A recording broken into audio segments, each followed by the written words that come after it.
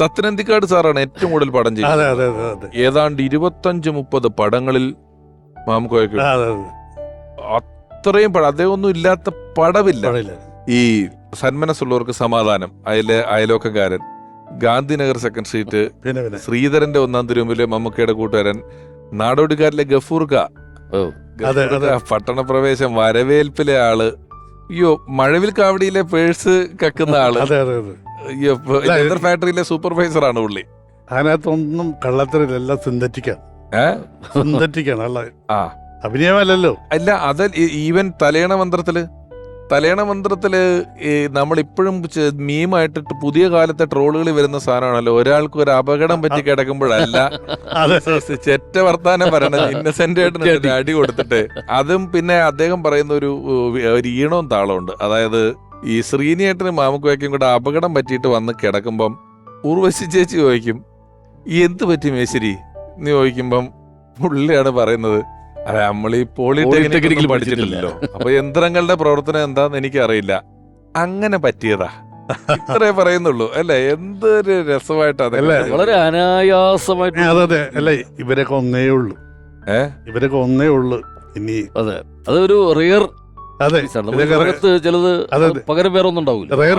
റയറാണ് അത്. ഇത്ര രസം. ഈ സന്ദേശത്തിലെ പൊതുവാൾജി, മണ്ഡലം പ്രസിഡന്റ് പൊതുവാൾജി എന്ന് പറഞ്ഞ KP പൊതുവാൾ എന്ന് പറഞ്ഞാല് പുള്ളി ചൂട്ട് കത്തിക്കലും പുള്ളിയുടെ ഒരു ആര്യൽ കെ പാനിയുടെ പറഞ്ഞിടാന്ന് പറയുമ്പോ നമ്മുടെ പാർട്ടിയിൽ വിദ്യാഭ്യാസമുള്ള ആരും ഇല്ല ഇവിടെ. ഇന്നിന്റെ അറിയാതെ ഈ അയ്യോ, അതൊക്കെ എന്തൊരു സറ്റേറാണ്. നമ്മളിപ്പോ വെറുതെ പറഞ്ഞു പോയി. ഇതിനകത്ത് സന്മനസ്സുള്ളവർക്ക് സമാധാനത്തിൽ എനിക്ക് പണിക്കരുടെ രക്തം കാണണം, മറ്റേ പണിക്കരുടെ രക്തം കാണണമെന്നും പറഞ്ഞ് പുള്ളി അകത്ത് വന്നു കഴിഞ്ഞപ്പോഴേ കത്തി എടുത്തിട്ട് മോഹൻലാൽ വന്നു കഴിഞ്ഞപ്പം നിങ്ങളുടെ ഫാമിലി പ്രശ്നത്തിനകത്ത് നമ്മൾ എന്തിനാ വെറുതെ.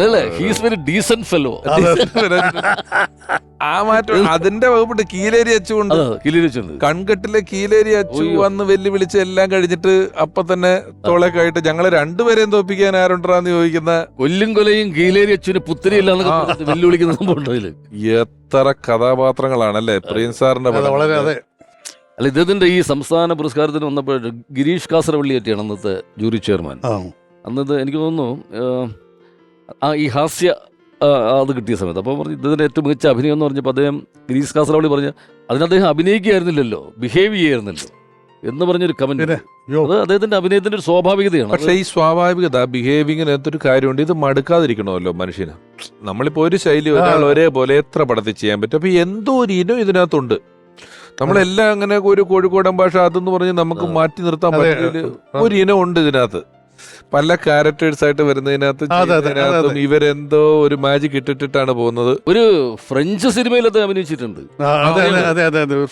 എനിക്ക് തോന്നുന്നു ഫ്ലെയിംസ് ഇൻ പാരഡൈസ് പറഞ്ഞിട്ടൊരു സിനിമ. ഫ്ലെമൻസ് അങ്ങനെ എന്തോ ഒരു വാക്കാണത്. ഇൻ പാരഡൈസ് എന്ന് പറഞ്ഞൊരു സിനിമ. അതിനകത്തൊരു പിന്നെ കാളവണ്ടിക്കാരൻ അങ്ങനെ എന്തോ ഒരു റോളാണ്. ഉണ്ട്, തമിഴിലുണ്ട് 2 പടം. ഏതൊക്കെയോ പടങ്ങള് തമിഴിലും ചെയ്തിട്ടുണ്ട്.